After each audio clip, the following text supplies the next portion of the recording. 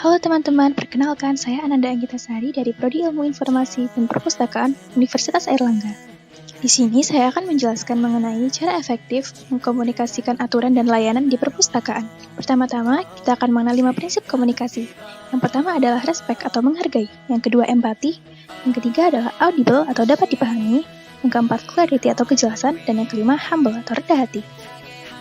Lalu, bagaimana kira-kira cara menerapkan prinsip-prinsip tersebut dalam perpustakaan?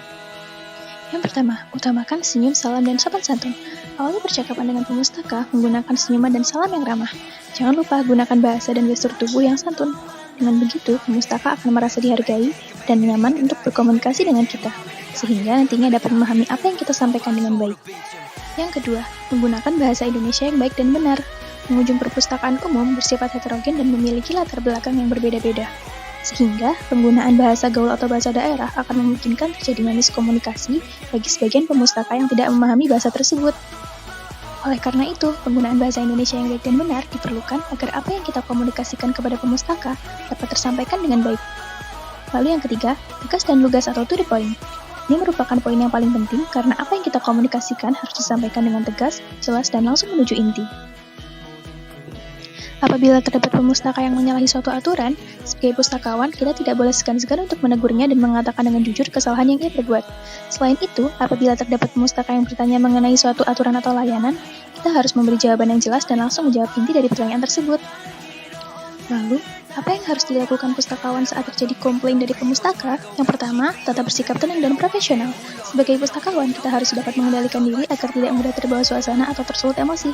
Pustakawan juga harus bersabar dalam memberi arahan kepada pemustaka, terutama apabila pemustaka merupakan orang yang sudah lanjut usia dan kurang memahami penggunaan teknologi pada perpustakaan saat ini. Yang kedua, menanyakan permasalahan secara detail dan tidak terburu-buru dalam menarik kesimpulan. Sebagai pustakawan, kita juga harus dapat bersikap bijak. Apabila pemustaka melayangkan komplain, kita harus benar-benar memahami persoalan tersebut dan memberikan kesempatan kepada pemustaka untuk memberikan penjelasan atas keluhannya sedetail mungkin. Yang ketiga, meminta maaf dan mendiskusikan solusi atas permasalahan yang terjadi. Pustakawan tentunya juga manusia yang sewaktu dapat melakukan kesalahan. Dalam hal ini, kita wajib untuk meminta maaf kepada pemustaka, sekalipun kesalahan tersebut bukan karena kita. Setelah itu, kita dapat mengajak pemustaka duduk dan berdiskusi untuk mengambil solusi terbaik atas permasalahan yang ada. Yang terakhir, menerima komplain yang membangun dan menjadikannya sebagai pelajaran agar lebih baik ke depannya.